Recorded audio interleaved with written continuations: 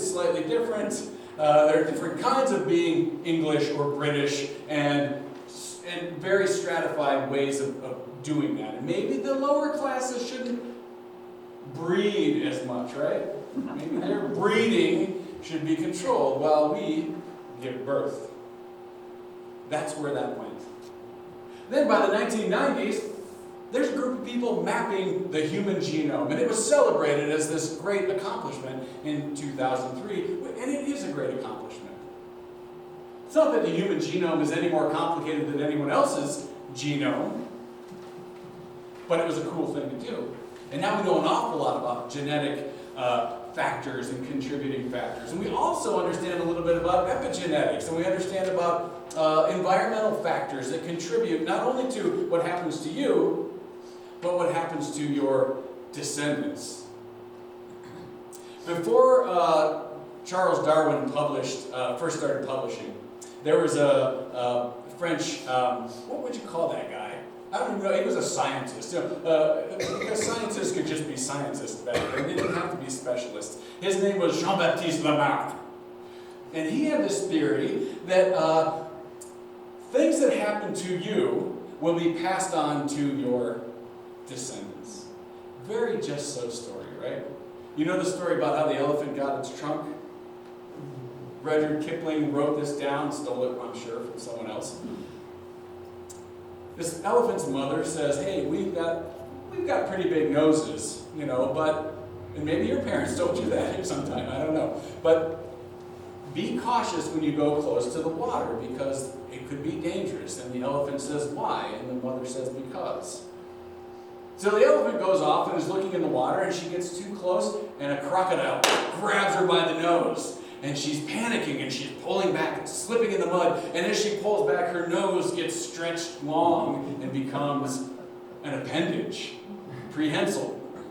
And that's why elephants have long trunks.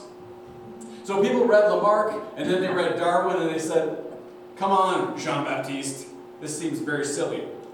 Until about 100 years had passed, and then someone said, there is something to that. Something happens. Something hidden in secret gets turned on inside of you and might be passed on to your descendants. It's very obvious famine causes a lot of changes in your genetic. Am I still doing okay? You're still okay. Did I get Lamarck pretty close? He's my favorite pre-Darwinian evolutionary theorist. That's what he was. Something gets turned on inside of you. Something gets switched on, and we're not even sure exactly what it is. So, how many of you have heard the story about the sower sowing the seeds? Of course. Raise your hands. Come on, be brave. Clark's never heard it. We've all heard it, right? We've all heard it. If you went to Sunday school, you heard it. You know why? Because it's a great image. It's a great picture. If you've been in Bible studies, someone is going to draw a lesson. Because that's what the Bible is for. It's for teaching you lessons. There's a moral to the story. But sometimes there isn't. Sometimes there's more than that. So we would probably start off by talking about gardening. And in the lectionary, this text is always about this time of year, when everyone's tomato crops, not here, but in normal places, their tomato crops are going insane. And if you come to church, there'll be like bags of tomatoes by the door that say free, and everyone walks past them because they've got enough tomatoes. They either grow their own or their neighbors have gifted them with too many tomatoes. But we'll talk about that, right? And then we'll say, what kind of soil are you? And how can you be better soil? How can you amend your soul in such a way that you will be more receptive to whatever this seed is that's thrown at you? How do you get out the rocks and kill the weeds and fertilize yourself? That's what you're supposed to be doing. And there's nothing wrong with spiritual practices, even spiritual disciplines. And I know liberal Christians don't like the idea of disciplines, but sometimes those are good. And let me add this too. There's also nothing wrong with spiritual hedonism. Just digging it, just enjoying whatever spiritual practices that you get into. But I'm not sure that this is a story that you're supposed to draw a lesson from. I don't think it really works that way. I don't think we're supposed to be getting a moral from this story, I think we're supposed to be contemplating it, integrating it, thinking about what it might mean and what more it might mean. That kind of hiddenness that Mendel was like, there's something happening here. I don't know what it is, but there's something really important, is what Jesus is also getting at. This is the beginning of a series of parables about things that are kind of hidden, kind of secret. Things that you sort of understand how this works, but not completely. How does yeast work? Well, no one really knew then. Jesus is not a scientist. He doesn't care about that. He says the smallest seed in the world is the mustard seed. And then you have people say, no, it's not. And other people say, well, it must be because Jesus said it is. It's not the smallest seed in the world. So what? Jesus is not giving you a botany lesson. He's talking about mustard seeds, this tiny thing that becomes this gigantic thing. Something really important is happening in this secret space. He tells stories about treasures hidden in fields and treasure hunters going and digging them up because there is something quiet and secret happening, mysterious happening, that might even be beyond our control. Oh shoot, you know what I wrote down here? Matthew plants this parable. Get it? I didn't get to say that. 3 years from now, I'm going to say it. All right, you're right, I did say it. But there are two things happening here, though. The first one is that when Joy was reading, she skipped over a couple of sentences. You told her to. Because I told her to. I told her to because the lectionary doesn't like... The lectionary is intended to smooth things over. That's why we read from Psalm 65. It's supposed to create this sense of bucolic wonder, of things growing and flourishing. And then we move into this story where Jesus talks about things growing and flourishing. And they cut out this part in the middle where someone says, why are you telling parables, dude? And Jesus says, don't call me dude. Jesus says, I'm trying to confuse people. Why are you trying to confuse people? I'm obfuscating this message. Why? Why are you doing that? I don't want everyone to get it, but I'll tell you the meaning of it. That really bothers me sometimes, because I feel like this is a message for everyone. Grogu is a character from Star Wars. In The Return of the Jedi, Luke, do you all know this story? Okay, I'm going to tell it to you anyway. I might act it out. Luke is instructed by the ghost of Obi-Wan Kenobi to go to the planet Dagobah and find, what's the guy's name? Yoda, who is also, by the way, somehow connected to Grogu. Go find this Jedi Master. I'm not going to tell you what they look like. I'm not going to tell you where to land on this planet. It's a planet. Luke happens to crash his spaceship right near this little strange person. Green, big floppy ears, would make a great tie-in character. The kids will all love it. I wonder maybe if that's why this character was designed to look this way. Crashed capitalism. And asks, hey, I need to find Yoda on this planet. Again, a planet. And this character says, oh, I don't know. Obfuscates everything. And eventually, of course, we learn this is Yoda. And Yoda does not want to train Luke, hesitates to train Luke, tells Luke this is a bad idea, because he knows, first, that Luke wants to be trained as a Jedi so he can seek revenge. He wants to avenge his father's death. What he thinks is his father's death. He also is afraid that Luke might slip over into the dark side because, spoiler, Darth Vader is Luke's father. I know. If you haven't seen it yet, that is the fear. I'm so sorry. And it's not that if things are easy, they're not worth anything. Some things are really easy and they're worth everything. That's not the point. The point is that everything can't just be handed over. Some things have to be sought out. It is the people who seek it out. It is not the wise, it is not the intelligent, it's not the clever that Jesus is looking for. He is looking for those people who will take this thing, this story about seeds and soil, and ponder it, and try to turn it over in their minds and figure out what could this possibly mean. And Jesus is going to be very imprecise in his interpretation. Well, that's the other thing I want you to notice.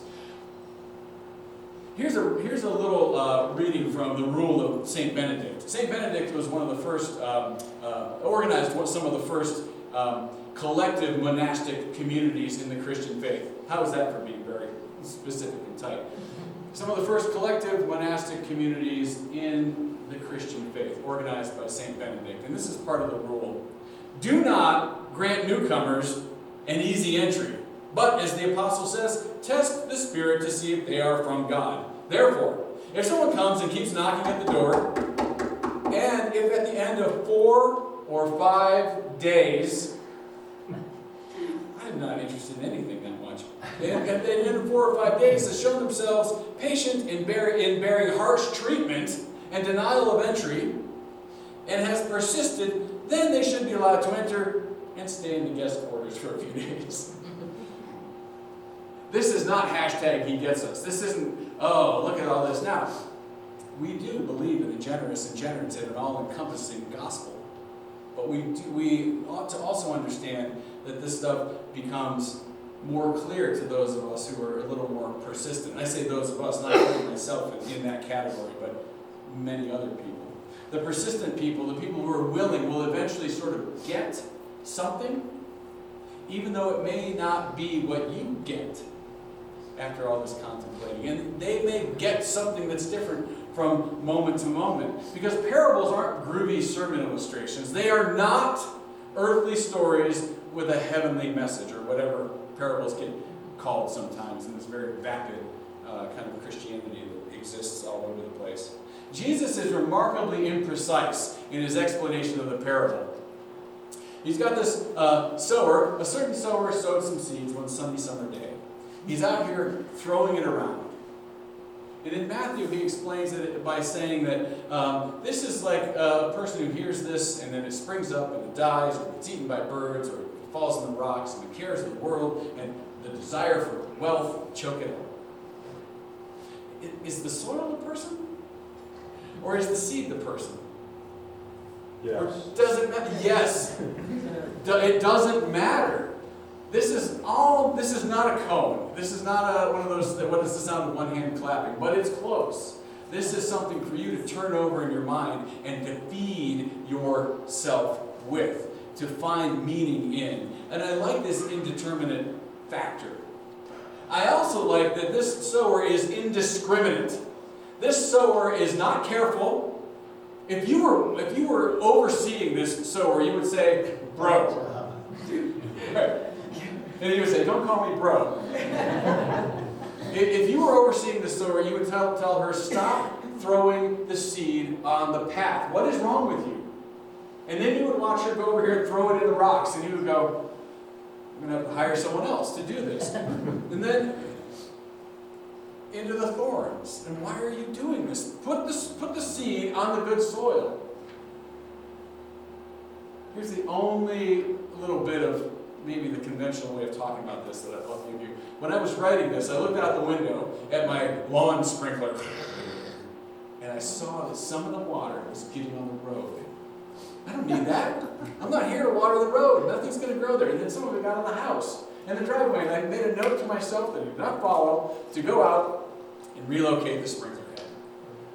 Because I'm not here to just water everything indiscriminately. This sower is here to sow the seed everywhere. It's strange to me that Christians have to be reminded that love is promiscuous. Say amen to that. Amen. Say amen to promiscuity. Love is promiscuous. Love doesn't care. Love kisses strangers and ends up somewhere that, well, maybe we won't go that far. But love is promiscuous. Love does not discriminate. The seed does not discriminate. It's not for the sower to decide that's good soil and that's bad soil. It is for the sower simply to sow. It is for the sower simply to cast whatever this is out there. The sower doesn't really mess with all of that. And I know that traditionally liberal churches are a little nervous about the word evangelism.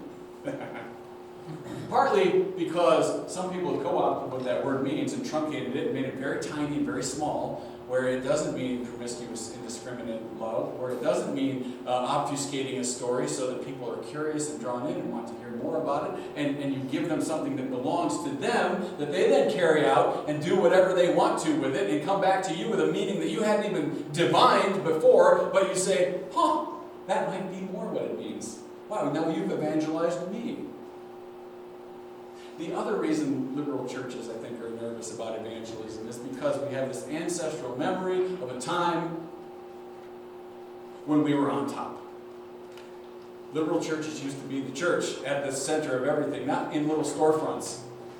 These were the kind of places that got looked down on by the mainline churches. But there is something to be said for sharing this good news. And I think I'm pretty honest about the fact that I don't even think, there's no such thing as hell. I'm looking at the camera. In case one person's watching. People I'm sorry, the McGuires are here. No one's watching.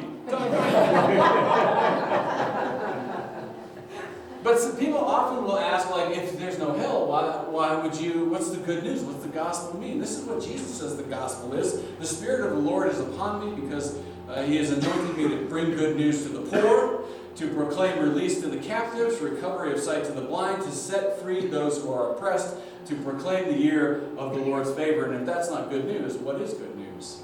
Or this, turn around, the realm of heaven is drawing near. The good news is this generous and generative practice that we bring into the world. Not with force, not with power, but from underneath in this very secret, hidden way. In a way that we can't truly understand. Even if we understand genetics, even if we map the human genome, there's still stuff going on that we're like, nah, there's still more to it than this. There are hidden things, more to plumb. More to understand. You visit the earth and water it, you greatly enrich it. The river of God is full of water. You provide the people with grain. You have prepared it water. You water its furrows abundantly. You soften it with showers. You crown the year with bounty. Your wagon tracks overflow with riches. The pastures of the wilderness overflow. This is this story of this generous, generative, hidden, secret, divine life that goes on. And what sharing good news is pointing that out to people and bringing that. And it's not something you control. The nature of fire is to burn. The nature of wind is to blow. The nature of teachers is to teach. And the nature of sowers is to sow. The nature of seed is to grow. That's an important thing for us to hold on to. And there's no need to force the issue. It's simply a matter of holding on to those things very gently, feeling them, allowing them to be, and contemplating in these kind of secret parts of yourselves what that might mean for the rest of the world. And I will say amen to that. You can say it too. We are going to sing Almighty God, Your Word is Cast, verses 1